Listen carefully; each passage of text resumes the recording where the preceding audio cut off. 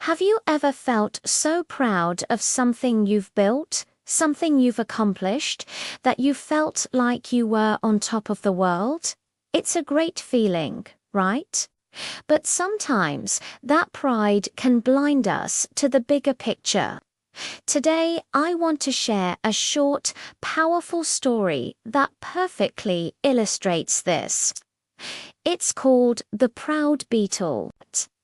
Our story begins with a single ambitious beetle. One day, he stumbled upon a fresh, magnificent lump of cow dung. To him, this wasn't just waste. It was potential. It was prime real estate. He burrowed into it, explored its every curve and contour, and was absolutely delighted with what he found. It was spacious, it was rich, it was perfect. He thought, this is too good to keep to myself. So he rushed off and gathered all his friends. He described his vision with such passion and excitement that they were instantly hooked. Imagine, he said, a city built right here, our very own metropolis. They all agreed it was a brilliant idea. Without wasting a moment, they set to work. They worked day and night, digging tunnels, carving out chambers, and shaping grand halls. Their tiny legs moved with feverish energy, fueled by a shared dream. After several days of relentless labor, they stood back to admire their creation. It was truly a sight to behold, at least, for a beetle. Intricate passageways wound through the structure, rooms were perfectly formed, and a grand central plaza sat at the heart of their new home. They had built a magnificent city in a lump of dung. A wave of immense pride washed over the colony. They had turned something ordinary into something extraordinary. Feeling so proud of their achievement, they decided they needed a leader worthy of their new status. By unanimous vote, they elected the first beetle, the visionary who had discovered this paradise, as their king. The new king's chest swelled with pride. He was no longer just a beetle. He was a monarch, ruler of a bustling city. To celebrate his coronation and show off their incredible city, the Beatles organized a grand parade. The king, polished and gleaming, would march through the main thoroughfares, his subjects cheering from the sidelines. It was meant to be an event for the ages, a testament to their power and ingenuity.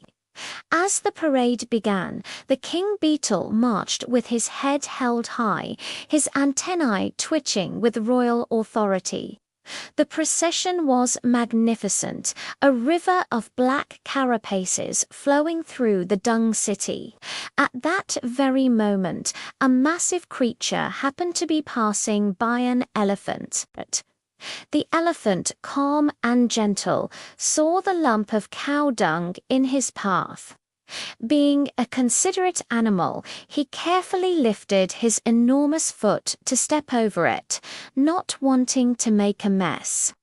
From his royal perch, the Beetle King saw this colossal leg hovering above his kingdom. He was outraged. How dare this beast show such disrespect? He puffed out his chest and shouted up at the giant in his loudest, most commanding voice, "Hey, you giant oaf! Don't you have any respect for royalty? Do you not know it is incredibly rude to lift your filthy leg over my majestic head? Apologize.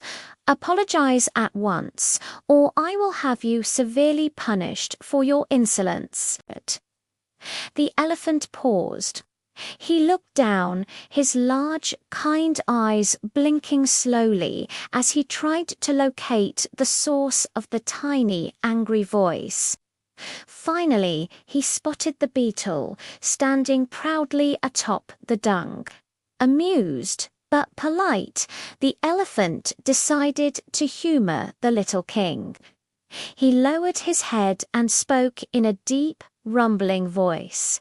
"Oh, your most gracious majesty, I am so terribly sorry. I humbly crave your pardon for my unforgivable rudeness." And to show his sincerity, the elephant began to kneel. He lowered his massive body down, down, down, in a gesture of profound respect.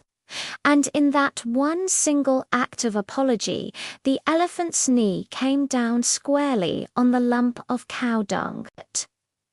In an instant, the proud king, his grand city, all of his loyal citizens, and every last bit of their monumental pride were completely and utterly crushed.